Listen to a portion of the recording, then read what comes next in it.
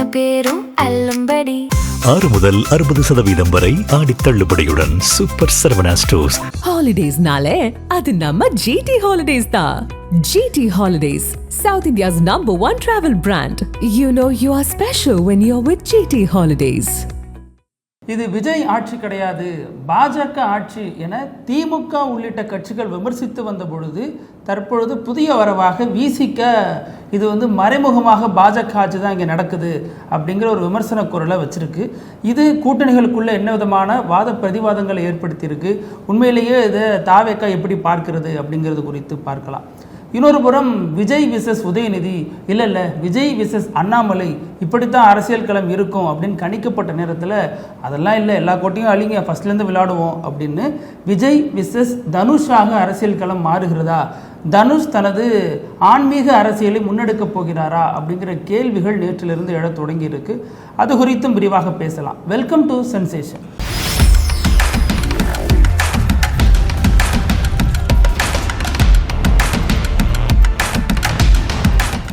வணக்கம் பிருத்திவி. வணக்கம் அழகு. நடிகர் தனுஷோட அரசியல் பயணத்தை பற்றி பேசுறதுக்கு முன்னாடி, அரசியல் வருகையை பற்றி பேசுறதுக்கு முன்னாடி ராகுல் காந்தியோட வருகை பற்றி பேசியாகணும்.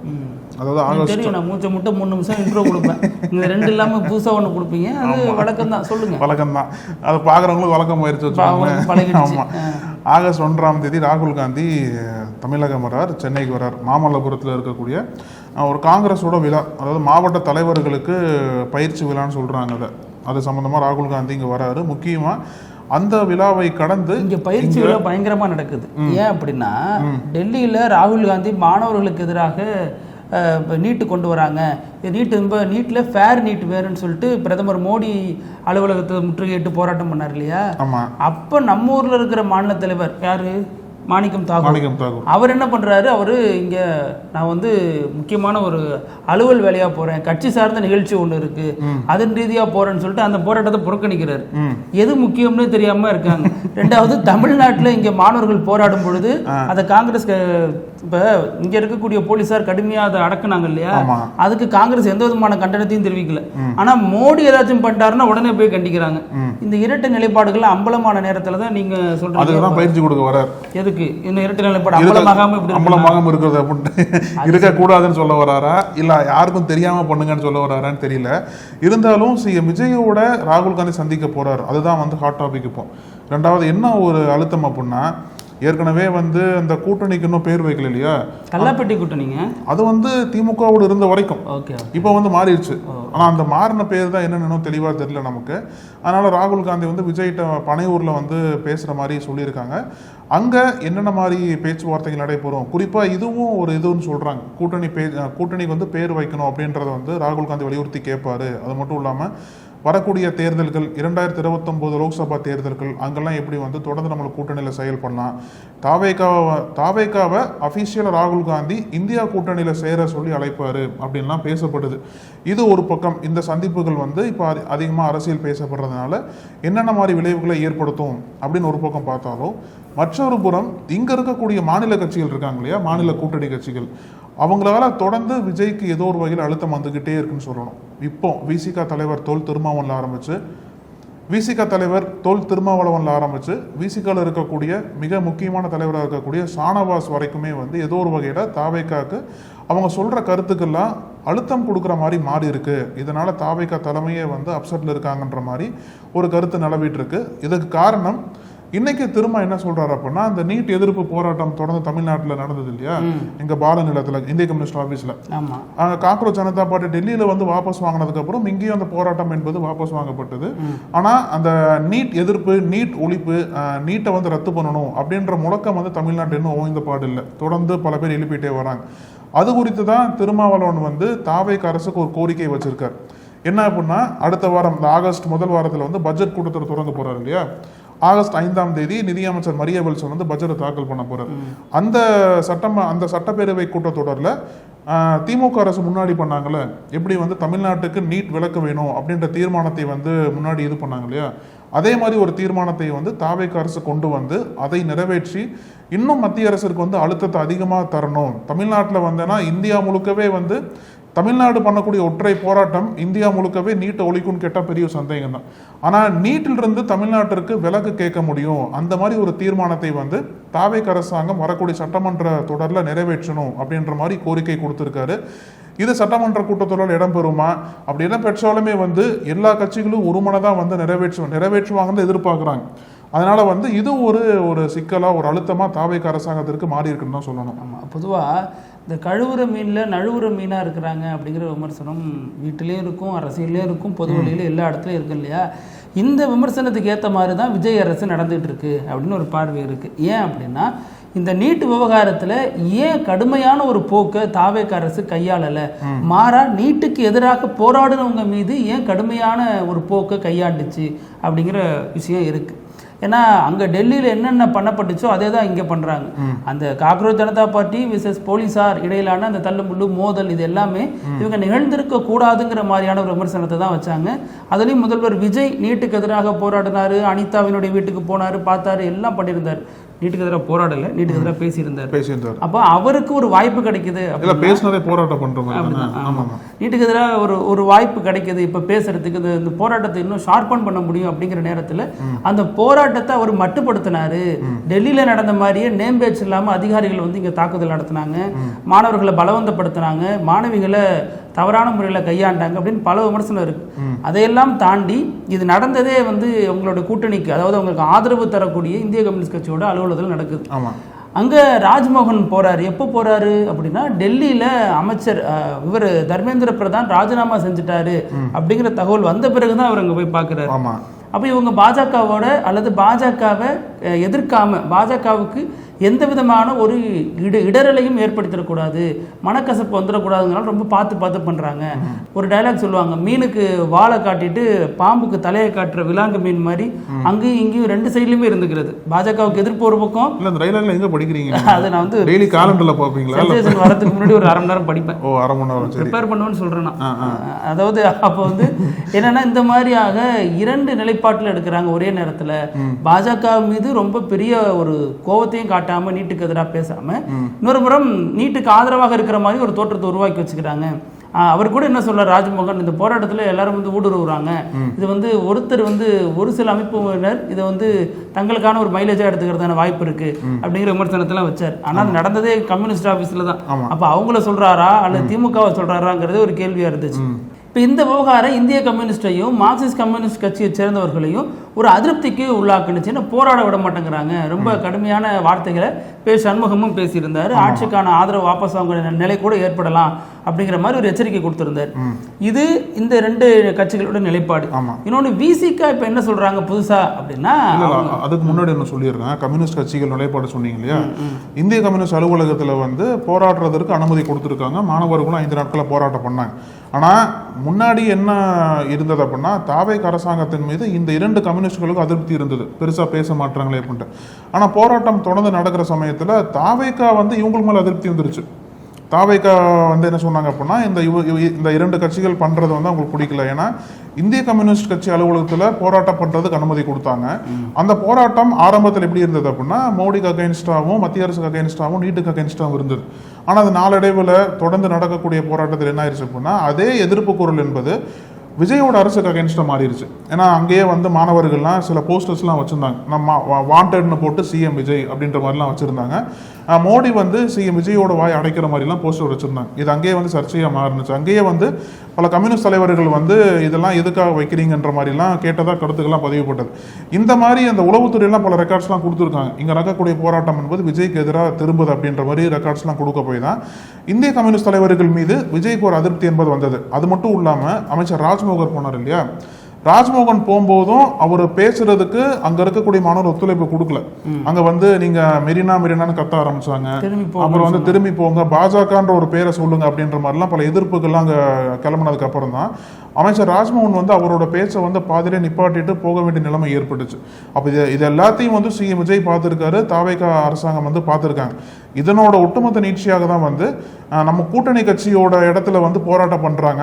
இந்த தாவேக எதிர்ப்பு குரலுக்கு வந்து இந்திய கம்யூனிஸ்டே அனுமதி கொடுத்துட்டாங்க அப்படின்ற அப்செட்டில் அப்படின்ற கோபத்தில் வந்து சிஎம் விஜய் இருக்கிறதா சொல்கிறாங்க. அதுலேயுமே இந்திய கம்யூனிஸ்ட் மாநில செயலாளர் என்ன சொன்னார் அப்படின்னா, இது வந்து கூட்டத்தினுடைய நோக்கம் திசை திரும்பக்கூடாது, சில விஷயங்கள்லாம் கேள்விப்பட்டேன் அப்படி இருக்கக்கூடாதுன்னு மறைமுகமாக விஜய் எதிர்க்காதீங்க அப்படிங்கிற டோனில் தான் சொல்லியிருந்தார். ஏன்னா அங்கே வந்திருந்தவங்க வாயை தரங்க சிஎம் அப்படிங்கிற மாதிரி பதவிகள் எல்லாம் பிடிச்சிட்டு வந்திருந்தாங்க. அது இவங்களுக்கு ஒரு பதட்டத்தை ஏற்படுத்துச்சு. நீங்கள் சொன்ன மாதிரி ஒருவேளை அவங்க தனது அதிருப்தியை தாவேக்கா தெரிவித்த பிறகு கூட இப்படி பேசியிருக்கலாம் அப்படிங்கிறதும் இருக்குது.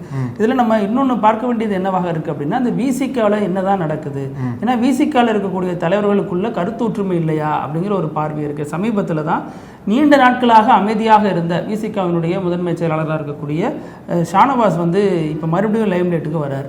இடையில வந்து ஒரு போராட்டத்தில் கட்சி தலைவர் திருமாவளவனோட பங்கேற்றாரு, வன்னியரசோட ஒன்றா ஸ்டேஜை பங்கிட்டாரு, இப்படி எல்லாமே நடந்துச்சு. அப்போ ஓகே இவரும் வந்து அந்த சைடு போயிட்டாரு அப்படிங்கிற விமர்சனத்தை திமுகவினர் முன் வச்சாங்க. அப்பவே திமுக வந்து சேருவார் எதிர்பார்த்தாரு, அப்போ மறுத்தார் ஷானவாஸ், திமுக வரமாட்டான்னு சொல்லிட்டு மறுத்தாரு. அதுக்கப்புறம் பார்த்தீங்கன்னா இந்த நீட் எதிர்ப்பு வந்து பாலன் இல்லத்தில் நடந்த அந்த போராட்டத்தில் போயிட்டு கடந்த ஆட்சி காலத்தில் போடப்பட்ட விதை தான் இந்த நீட் ஒழிப்பு, நீட் எதிர்ப்பு அப்படிங்கிறது அப்படின்னு சொல்லிட்டு அங்கே பேசியிருந்தார், முத்தரசனோட பேசியிருந்தார். இவர் இன்றைய தாவேக்கா அரசை நோக்கியும் கேள்வி எழுப்பியிருந்தார். எப்படின்னா ஜனநாயகன் படத்துக்கு ஒரு கூட்டம் போகுது, அதே நேரம் இந்த மாதிரியான விஷயத்துக்கும் மக்கள் வராங்க, இளைஞர்கள் வராங்கன்னு அது பேசியிருந்தார். அது தாவேக்காவினருக்கு ஒரு அதிருப்தியை ஏற்படுத்தியிருந்துச்சு. அதற்கு அடுத்து அவர் தனியார் ஊடகத்துக்கு கொடுக்குற பேட்டியில் என்ன சொல்றாருன்னா, மறைமுகமாக பாஜக ஆட்சி தான் இங்கே நடக்குது. ஏன் அப்படின்னா அவர் ஒரு ஆதாரத்தை கொடுக்குறாரு. ஏன் அப்படின்னா தேர்தலுக்கு முன்னாடி பாஜக தலைமை செயலாளராக ஒருத்தரை போடுது, சாய்குமார். தேர்தல் ஆணையம் போடுறாங்க பாஜக. ஆமா, தேர்தல் ஆணையம் போடுறாங்க, தேர்தல் ஆணையம் தான் அது. ஆனா அதுல பாஜகவினுடைய மறைமுக வேலை இருக்கு. அவரை போட்டு அவங்க வந்து ஒரு தமிழ்நாட்டை ரூல் பண்ண பார்த்தாங்க. ஓகே, எலெக்ஷன் டைம், எலெக்ஷன் முடிஞ்ச பிறகு தமிழக முதல்வராக விஜய் பொறுப்பேற்றுக் கொண்ட பிறகு எல்லோரையும் அடியிலிருந்து மேல்மட்டம் வரைக்கும் எல்லாத்தையும் ஷஃபிள் பண்ணாரு, எல்லா அதிகாரிகளையும் மாத்தினாரு. ஆனா இவருக்கு மட்டும் எக்ஸ்டென்ஷன் கொடுத்து வச்சிருக்காரு. அப்ப ஏதோ ஒண்ணு நடக்குது, பாஜக நேரடியாக ஆள முடியல, அதற்கு பதிலாக அதிகாரிகள் மூலமாக இங்க ஆட்சி செலுத்துறாங்க அப்படிங்கிற ஒரு பெரிய குற்றச்சாட்டை செலுத்துறாரு.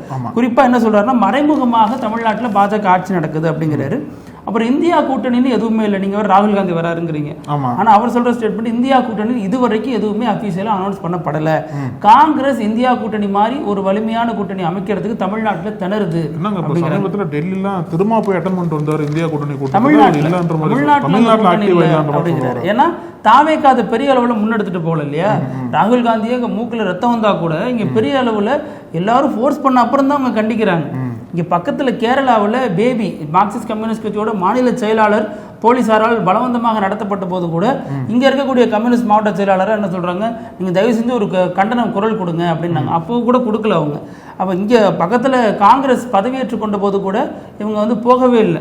அப்போ இது எல்லாமே பாஜகவுக்கு எந்த விதத்திலையும் சங்கடத்தை ஏற்படுத்திடக்கூடாது அப்படின்னு பார்த்து பண்ணுறாங்க அப்படிங்கிறத நம்ம புரிஞ்சுக்க வேண்டியதாக இருக்குது. இந்த நேரத்தில் ஷானவாஸ் சொல்லக்கூடிய இந்த கருத்துங்கிறது முக்கியத்துவம் வாய்ந்த ஒன்றா பார்க்கப்படுகிறது. இதைத்தான் விசிகாவும் ஒத்துக்கொள்ளுதா அல்லது விசிகா இதை அனுமதிக்காம பேசிடுவாரா அப்படிங்கிற ஒரு கேள்வி இருக்கு. ஏன்னா இந்த பக்கம் பார்த்தீங்கன்னா விசிகாவினுடைய இன்னொரு மாநில துணை செயலாளர் இருக்கார் இல்லையா, வன்னியரசு, அவர் இப்போ அமைச்சராக இருக்கார். அவர் சொல்லக்கூடிய ஸ்டேட்மெண்ட் என்னவா இருக்கு, ஜனநாயகன் படத்துல குட் டச் பேட் டச் எல்லாம் சொல்லி தராங்க, அம்பேத்கர் பெரியார் பத்தி எல்லாம் பேசுறாங்க, அது ஒரு நல்ல படம் தான் அப்படிங்கிறாங்க. சபாநாயகர் சொல்றாரு மூல விறுவிறுப்பாக ஜனநாயகன் பாருங்க அப்படின்னு சொல்றாரு, சுறுசுறுப்பாக. நல்ல படம் எதுக்கு ஏன் சொல்லி கொடுத்தாங்கன்னு தெரியல. அவர் சொல்றாரு குட் டச் பேட் டச் எல்லாம் இருக்குங்கிறாரு. அப்போ இவர் கிட்டத்தட்ட தாவேக்க அரசனுடைய ஒரு அங்கமாகவே மாறிட்டாரு. ஆனா ஷானவாஸ் இன்னும் திமுக திராவிடம் அது சார்ந்து இயங்குறதுனால இப்படி பேசுறாரு அப்படின்னு கட்சிக்குள்ளேயே 2-3 பிளவுகளாக பிரிஞ்சு பேசிட்டு இருக்காங்க. இது குறித்து இன்னைக்கு கூட நீட் எதிர்ப்பு போராட்டம் நடத்தினாரு எக்மோர்ல விசிக தலைவர். அந்த போராட்டத்தில் ஷானவாசும் பங்கேற்ற மாதிரி தெரியல, வன்னியரசு பங்கேற்கல. வன்னியரசு திருநெல்வேலியில கவின் ஆணவ படுகொலை நிகழ்ச்சி தொடர்பாக அங்க பங்கேற்கிறாரு. அப்ப இந்த என்ன நடக்குது கட்சிக்குள்ள அப்படிங்கிற ஒரு கேள்வியை தாண்டி இந்த கூட்டணின்னு சொல்லப்படுற இந்த விஷயத்துக்குள்ள என்ன நடக்குது அப்படிங்கிற ஒரு கேள்வி வந்து நிக்குது இப்ப. ஏன்னா விஜய் அரசுக்கு முற்றுமுழுதா எதிராக மாறிடுச்சா விசிக. இப்ப ஷானவாஸ் சொல்றது சரி அப்படின்னா அந்த விமர்சனத்துக்கு அந்த தரப்புல பதிலடி வரணும், இது வரைக்கும் வரல. ஷானவாஸ் தப்பா சொல்லிட்டாரு அப்படின்னா அந்த கட்சி சார்ந்து ஏதாவது நடவடிக்கை ஒரு மீது எடுக்கணும், அதுவும் எடுக்கல. அப்போ என்ன நிலைப்பாட்டில் விசிகா இருக்கு, பை எலெக்ஷன் வந்ததுக்கு அப்புறம் திமுகவோட போகலாம், ஏன்னா திருமாவோட ஸ்ட்ராட்டஜி என்னவாக இருந்திருக்கு கடந்த காலங்களில் அப்படின்னா அது வந்து கூட்டணி கட்சிகள் இருப்பாங்க. இப்போ விசிகா சார்பாக இருக்கிறதுல பல தலைவர்கள் திமுகவை கடுமையாக விமர்சிப்பாங்க, சில தலைவர்கள் திமுகவை ஆதரித்து பேசுவாங்க. அப்புறம் இப்போ இந்த மாதிரி கூட்டணி மாறும் பொழுது சில தலைவர்கள் எதிராக பேசுகிறாங்க ஆட்சிக்கு, சில தலைவர்கள் ஆட்சி ஆதரிச்சு பேசுகிறாங்க. இது வந்து எப்படி வந்தாலும் நம்ம வந்து எங்கே வேணாலும் போய் நம்மளால் ஐக்கியமாக வைக்க முடியும் அப்படிங்கிற ஒரு அஜெண்டா இருக்கா அப்படிங்கிற கேள்வியும் இந்த விஷயம் எழுப்புது. ஆனாலும் ஷானவாஸ் பேசுறதுக்கு இது வரைக்கும் எந்த மறுப்போ அல்லது பதிலடியோ தாவேகா தரப்புலேருந்து அதிகாரப்பூர்வமாக சொல்லப்படலை. விசிகாவும் அதை டிஸ்ஓன் பண்ணல, அவரது ஓன் ஸ்டேட்மெண்ட் அப்படின்னு எங்கேயுமே சொல்லலை. அப்போ அது வரைக்கும் கட்சியினுடைய முதன்மை பொறுப்பில் இருக்கக்கூடிய ஒருத்தர் சொல்றது கட்சியினுடைய கருத்தாக தான் ஏற்றுக்கொள்ளப்படும் அப்படிங்கிற அடிப்படையில் தான் நம்ம அதை பேச வேண்டிய தேவையும் ஏற்பட்டது. இப்போ நீங்கள் சொன்னது போல வந்து ராகுல் காந்தி சந்திப்புக்கு அப்புறம் ஒருவேளை விஜய் வந்து இந்தியா கூட்டணியில் சேர்றாரா, இல்லை இந்தியா கூட்டணி தனித்து நின்று இங்கே ஒரு கூட்டணி அமைச்சு அதுக்கான பேர் வச்சு அதெல்லாம் செயல்பட போகிறார் அப்படின்ற ஒரு கேள்வி. இந்த இடைத்தேர்தல், அந்த உள்ளாட்சி தேர்தல்லாம் வருது இல்லையா, அது எல்லா கட்சிகளுக்குமே வந்து மீண்டும் ஒரு போராட்டம் தான். அது எல்லா கட்சிகளுமே வந்து தேர்தல் முடிஞ்சுன்னு சொல்லிட்டு சுணக்கமாக இருந்துட முடியாது. தொடர்ந்து வரக்கூடிய தேர்தல்களுக்கு பயணிக்கக்கூடிய தேவை அவங்களுக்கு எழுந்திருக்கு. இதில் முக்கியமான தேவை, முக்கியமான ஒரு இது என்பது அதிமுக இருக்குன்னு தான் சொல்லணும். தொடர்ந்து அதிமுகவில் வந்து பல எம்எல்ஏக்கள் விலகிய வண்ணம் இருக்காங்க, தாவேக்கால போய் சேர்றாங்க. பல நிர்வாகிகள் எல்லாமே வந்து தலைமையை கண்டித்து தாவேக்கால போய் சேர்றதெல்லாம் பார்த்துட்டு இருக்கோம். இந்த நிலைமையில தான் வந்து அடுத்த மாதம் செயற்குழு கூட்டத்தை எடப்பாடி பழனிசாமி கூட்ட போகிறதா சொல்லியிருக்காங்க. இப்போ எல்லாம் அந்த மாவட்ட அளவில் இந்த தலைவர்கள்லாம் பார்த்து முடிச்சுட்டாரு போல் இருக்கு எடப்பாடி. எதுக்காக தேர்தல் தோல்வி, என்ன காரணம், அதெல்லாம் கேட்டு முடிச்சிருக்காரு போல. அதனால கட்சியில் பிடிக்காதவங்க விலகலாம் அப்படின்ற மாதிரி சொல்றாங்க. அந்த விலகலுக்கு அப்புறம் அந்தந்த இடத்துல ஆட்களை நியமிக்கணும் இல்லையா, அந்த நியமனம் எல்லாத்தையும் வந்து எடப்பாடி பழனிசாமி ஆரம்பிச்சிட்டார். அதை அந்த செயற்குழு கூட்டத்துக்குள்ள எல்லா நியமனம் முடிஞ்சிடும். செயற்குழு கூட்டத்தில் வந்து அடுத்த கட்ட தேர்தல்கள், இடைத்தேர்தல்கள், உள்ளாட்சி தேர்தலில் எப்படிலாம் வந்து கட்சியை பலப்படுத்தி போட்டி போட வைக்கணும் அப்படின்ற மாதிரி பல முடிவுகள் எடுக்க போறதா சொல்றாங்க. ஸோ மீண்டும் அதிமுக வந்து தொடர்ந்து தோல்விகள் சந்திக்கிறாங்க, தொடர்ந்து பல பேரை இழக்கிறாங்க. இருந்தால் தேர்தலை போட்டி போட இருக்க முடியாது இல்லையா, அதனால கட்சியை வந்து வலுவாக வச்சுக்கணுன்ற மாதிரி எடப்பாடி பழனிசாமி ரூட்ல போயிட்டு இருக்காரு.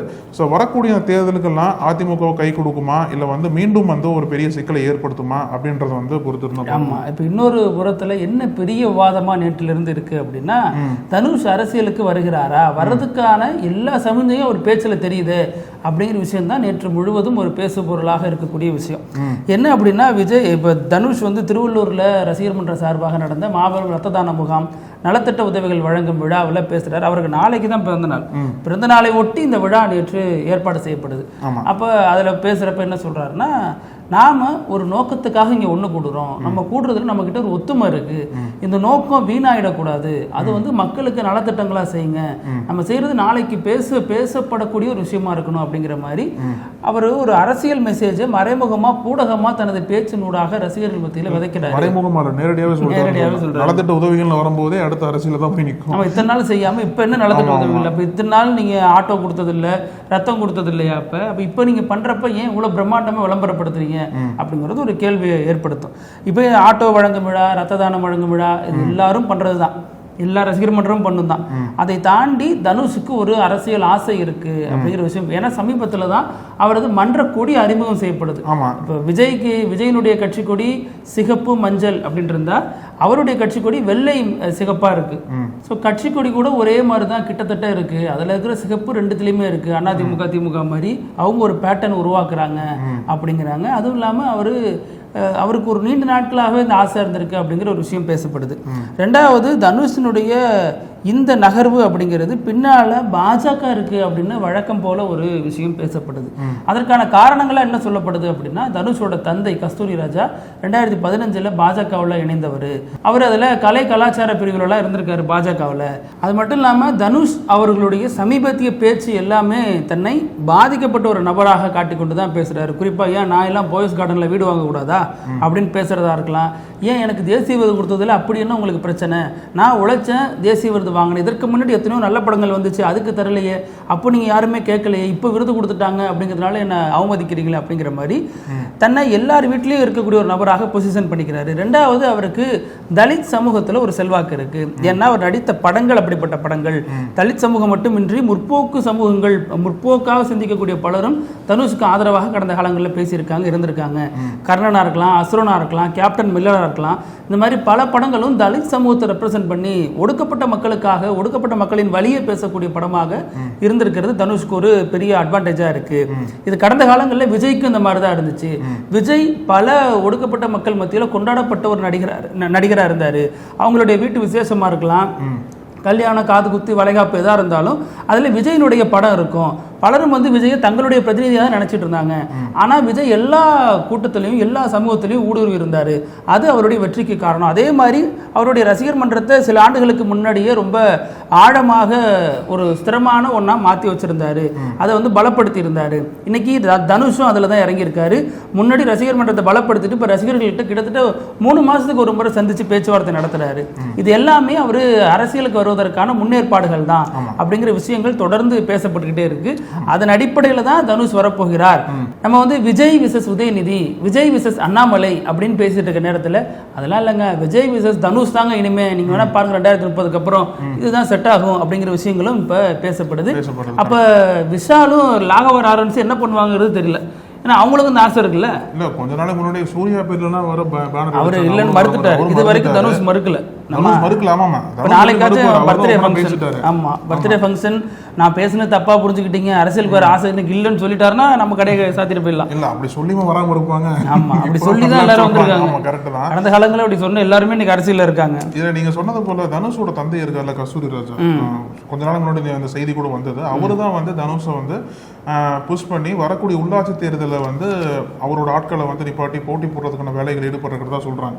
இப்போ விஜய் என்னென்ன மாதிரி ஃபார்முலா ஃபாலோ பண்ணாரோ அதே ஃபார்முலா தான் தனுஷ் ஃபாலோ பண்றாரு.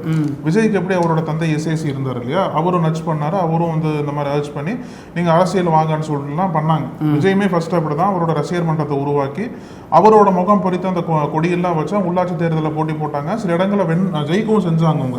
அதே மாதிரி ஃபார்முலால தான் தனுஷும் கையில் எடுத்து கொடி அறிமுகப்படுத்துறார். உள்ளாட்சி தேர்தலில் வந்து அவர் கட்சி அவரோட இயக்கத்தின் சார்பாக சில பேர் நிற்கிறாங்கன்னு சொல்றாங்க, மறைமுகமா இது பண்றாங்கன்னு சொல்றாங்க. உள்ளாட்சி தேர்தலுக்கு அப்புறம் வந்து மீண்டும் வந்து கொஞ்சம் நாள் நெருங்க முழு அரசியல் கட்சியா தனுஷ் வந்து ஒரு இயக்கத்தை ஆரம்பிக்கலாம் அப்படின்ற மாதிரிலாம் பேசப்படுது இல்லையா.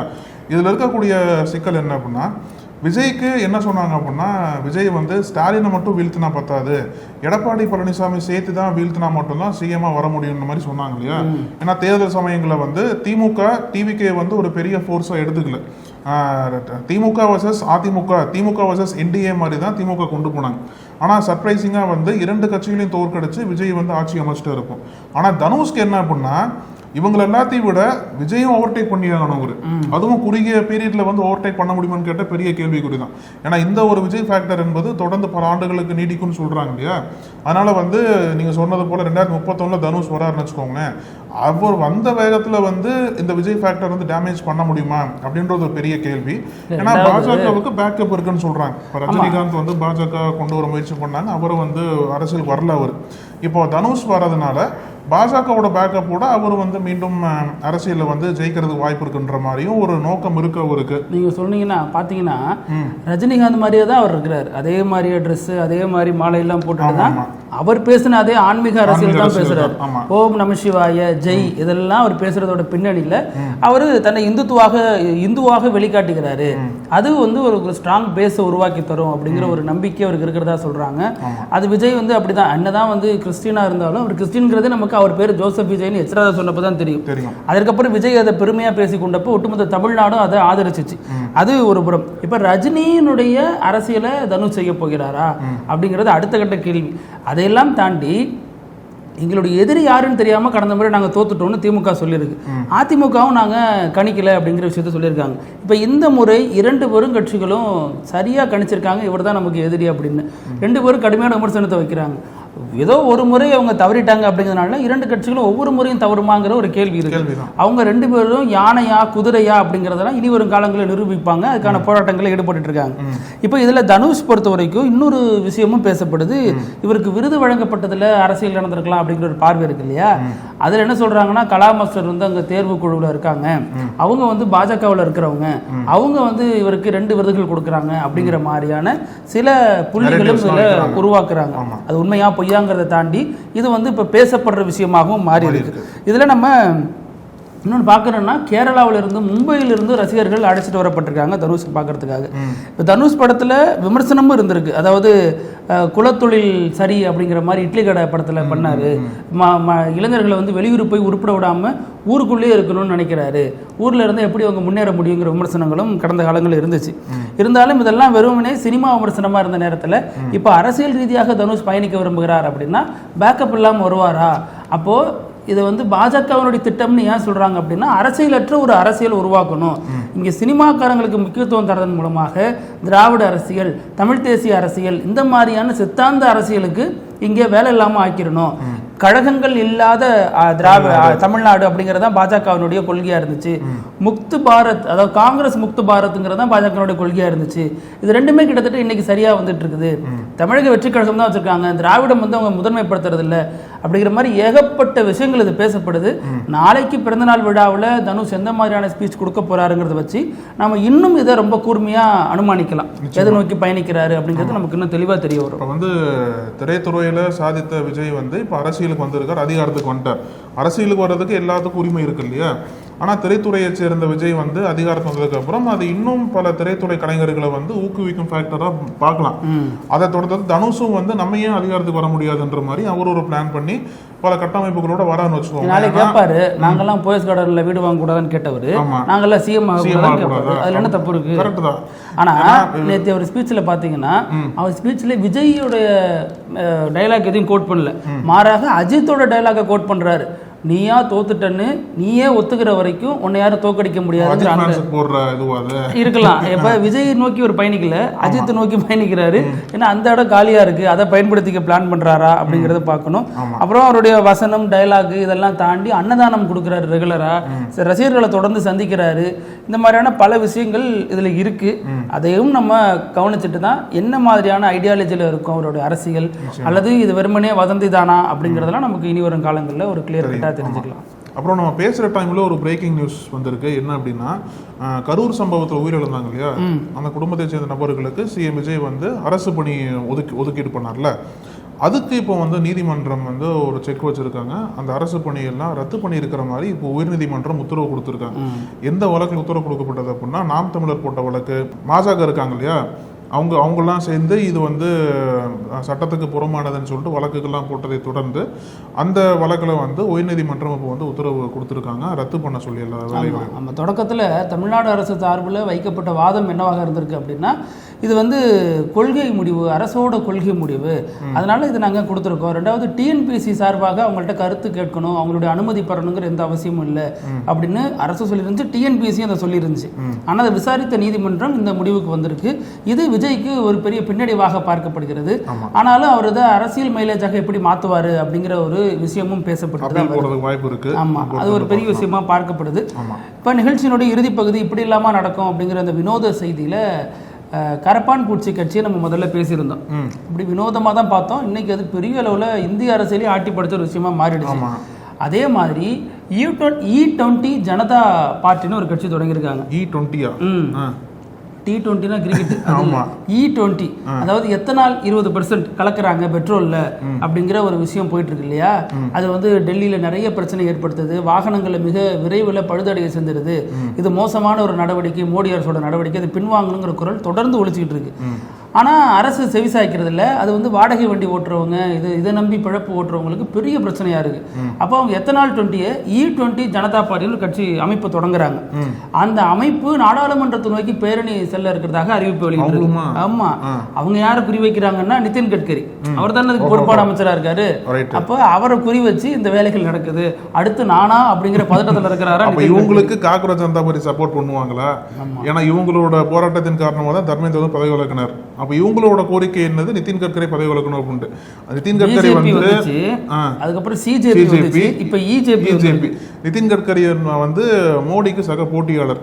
அதனால கூட என்ன பண்ணுவாங்கன்னு தெரியல. இவங்க தொடர்ந்து போராட்டம் பண்ணாங்க. அப்படி பாத்தீங்கன்னா தர்மேந்திர பிரதானும் மோடிக்கு போட்டியாளர் என்னதான் நெருங்கின நட்பா இருந்தாலும். அது மாதிரி உத்தரப்பிரதேசத்துல முதல்வராக இருக்கக்கூடிய யோகி ஆதித்யநாத்தும் மோடிக்கு போட்டியாளர் தான். அவரு ராம் மந்திர் டொனேஷன் அந்த சர்ச்சையில மாட்டி விட்டாங்க. இப்ப தர்மேந்திர இவரு வந்து நிதின் கட்கரி நீண்ட நாட்களாக பிரச்சனை கொடுத்துட்டு இருக்கிறவர். அப்ப எப்ப அரசு சும்மா சொன்னாங்க, ஜெயிக்க மாட்டேன்னு நினைச்சு சொன்னோம், பேங்க் அக்கௌண்ட்ல காசு போடுற விஷயத்துல சொல்லி அப்படி சர்ச்சையை மாட்டினாரு. இப்படி பல சர்ச்சைகளுக்கு உரியவர் இன்னைக்கு டார்கெட் செய்யப்பட்டிருக்காரு. ஆனா அரசு சிஜேபி விட்ட மாதிரி இஜேபியை விட்டுறாது. பிஜேபி ரொம்ப ஸ்ட்ராங்கா இருக்கு இந்த விஷயத்துல. இன்னைக்கு கூட பீகார்ல AK-47 அந்த துப்பாக்கி எடுத்துட்டு சுட போயிட்டாங்க போராட்டக்காரர்கள் அப்படிங்கிற விமர்சனம் போயிட்டு இருக்கு. ஓகே, வியர் நியூஸ் நம்ம ரொம்ப இதுவும் பொலிட்டிக்கல் நியூஸா பேசிட்டு இருக்கோம். பேசுவானுக்கு நாளைக்கு மீண்டும் பல செய்திகளோட சந்திக்கலாம். நன்றி. தொடர்ந்து பேசலாம். நன்றி. நக்கீரன் டிவிக்கு சப்ஸ்கிரைப் செய்யுங்கள். உங்கள் ஆதரவே எங்கள் பலம். ஆசிரியர்களுக்கு நண்பனாகவும் மாணவர்களுக்கு ஆசானாகவும் திகழும் தேர்வு வழிகாட்டி. ஒவ்வொரு பாடத்திற்கும் அனுபவமிக்க ஆசிரியர்களின் துல்லியமான தெளிவான விடைகள். CNC இருக்கு, தேர்வு பயம் எதற்கு? இது தீரன் பப்ளிஷிங் ஹவுஸ் விற்பனை வெளியீடு.